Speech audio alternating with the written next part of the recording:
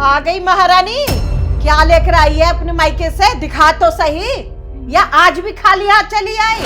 Mummy जी अभी तो आई हूँ, बाद में आराम से बात करते हैं ना इस बारे में। मुझे तो पहले ही शक हो रहा था, खाली हाथ गई है तो खाली हाथ ही आएगी। अरे मम्मी बस अभी तो हम लोग आए हैं और आप चिल्लाने लगे हो। हाँ तू तो चुप ही कर। बड़ा आया था ना लव मैरिज करने वाला, देख लिया ना नतीजा लव मैरिज करने का। कंगले घर से आ गई। अरे कहाँ चली? अरे बैग तो दिखा, क्या लेकर आई है? मम्मी जी आपको पता तो है कि मैं घर से कभी कुछ लेकर नहीं आती, तो आज भी क्या लेकर आई हूँ। हाँ, देख लिया नतीजा, कंगले घर से है। अरे तेरे माँ बाप ने ना अपनी जान छुड़ा ली शादी करके, और हमारे सर पे थोप दिया ये बोझ। काव्या तुम चलो अंदर में बात। हाँ हाँ चला जा लेकर इसे, जोरू का गुलाम कहीं का। पता नहीं मेरी तो किस्मत ही फूट गई, कहाँ से उठा के ले आया इसे। अरे अच्छे घर से लेकर आता तो कुछ तो लेकर आती घर के अंदर।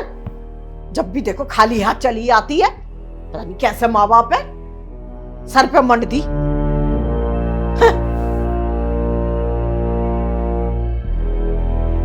अरे सब ठीक है। अच्छा ऐसा हो गया? क्या सारा दिन अपनी माँ से फोन पर लगी रहती है, हमारे घर की चुगलियां करती रहती है। तुझे कोई काम धंधा नहीं है? तेरी माँ को शर्म नहीं आती है जो फोन पर लगी रहती है? जी क्या हो गया आपको? मैं चुगलियां थोड़ा ना कर रही थी, और मैं तो गीता दी से तो बात कर रही थी, अपनी माँ से नहीं कर रही थी। अच्छा अच्छा, गीता से, मेरी बेटी से बात कर रही थी। चलो ये भी अच्छा हुआ कि तू उससे बात कर रही थी, कम से कम तुझे वो ज्ञान की बातें बताएगी कि ससुराल से कैसे आती है। अरे उसने ना तेरे को बताया भी होगा, लेकिन नहीं, तेरे दिमाग में तो कुछ पड़ेगी नहीं ना। तुझे तो बस अपनी माँ की सुननी है, जो सारा बोझ ना हमारे सर पर रख दिया। उसको इतनी भी अक्ल नहीं है कि अपनी बेटी को खाली हाथ भेज देती है इस घर के अंदर। अब मुंह लटका के क्यों खड़ी है? चल अंदर, खाने के लिए कुछ बना।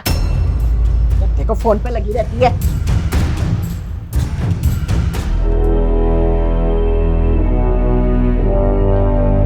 राहुल, राहुल देख प्रसाद लाई हूँ माता रानी का।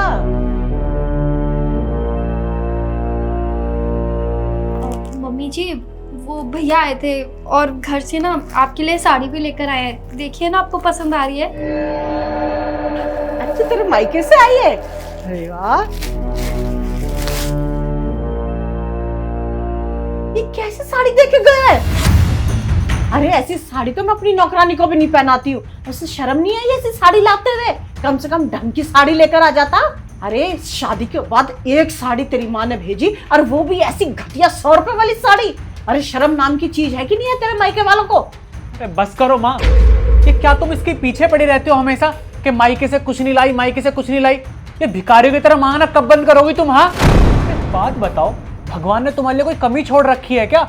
इतनी अच्छी मेरी सैलरी है, पापा की पेंशन आ रही है, तब भी तुम इससे बोलती रहती हो कि कुछ नहीं लाई, कुछ नहीं लाई।